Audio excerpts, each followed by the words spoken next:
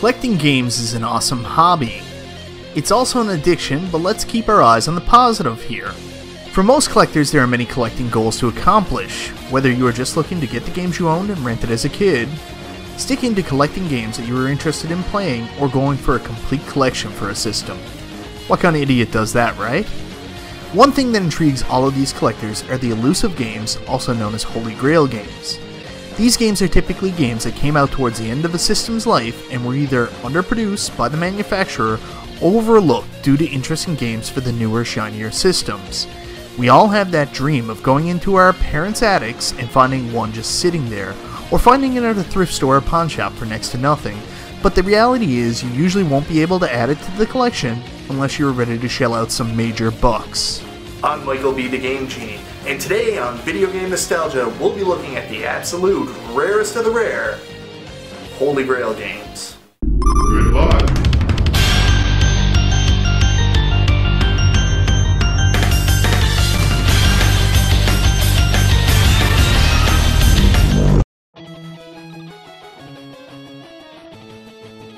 I will come right out and tell you, of the games I am going to talk about today, Little Samson is the only one I have actually owned, and I certainly paid less than what it is going for today. Little Samson was released late into the life of the NES, and was overshadowed by the impressive early library of the Super Nintendo.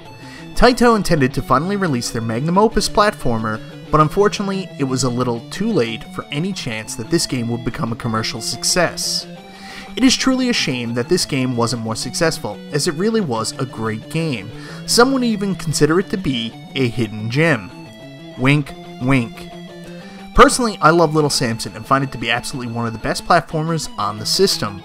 What really makes it stand out is the 4 characters that you can choose between to progress through the levels, and they all have different abilities which can enhance your playing experience. But realistically, if you just like playing as the main character, changing isn't necessary. The boss battles are fantastic, and they all feature beautiful screen-filling sprites and provide a unique challenge.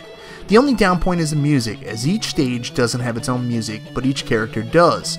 So as you change the characters, the music will change as well, and you hear the same themes over and over. If you are interested in adding Little Samson to your library, get ready to drop a whopping $1,500 Canadian.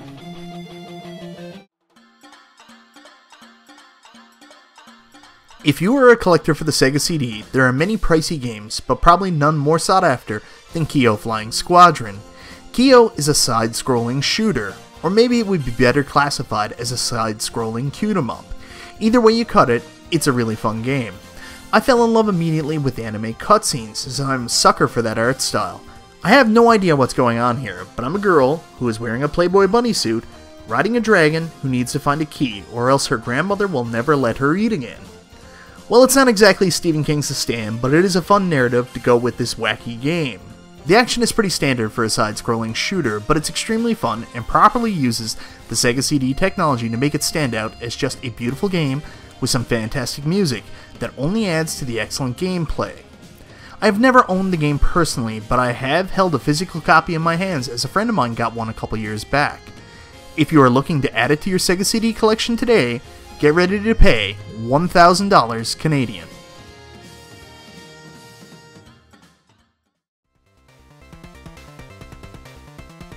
If you collect for the TurboGrafx-16, it will come as no surprise that the Holy Grail for the system I'm mentioning is Magical Chase.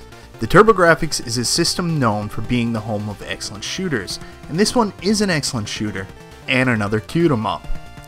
You play as a witch named Ripple, who flies on a broomstick and has 2 stars that will aid her in her journey. You will face a barrage of weird enemies which fit this game perfectly, and when you dispense of them, they become gems, which are the game's currency, and can be used in the shops throughout the levels to add health or power-ups to your character. I am the absolute shits at shooters, so these power-ups are essential for me to progress. Speaking of being the shits at shooters, I always play on the easy setting, which is actually not a good idea in this game, because the easy mode will only let you play the first 3 stages, and you will need to play on normal or hard to make it to the end and see stage 6, which I still haven't been able to do. Unfortunately, this is a holy grail that I know I will never own a legitimate copy of without a miracle happening, as the game goes for over $5,000 Canadian, which is ludicrous. I mean, think of everything you can do with $5,000. Seriously. That is a ton of scratch, and while it would be epic to own a physical copy of this, as it really is an amazing game, I don't think it's worth selling one of my kidneys. So guys, those are some games that are considered to be holy grails for their systems. Are there any games that you feel like I left out and should have been included and you want to see me cover? Let me know in the comments down below and perhaps I'll cover them in a future video. Thank you very much for watching and once again sharing in my video game nostalgia.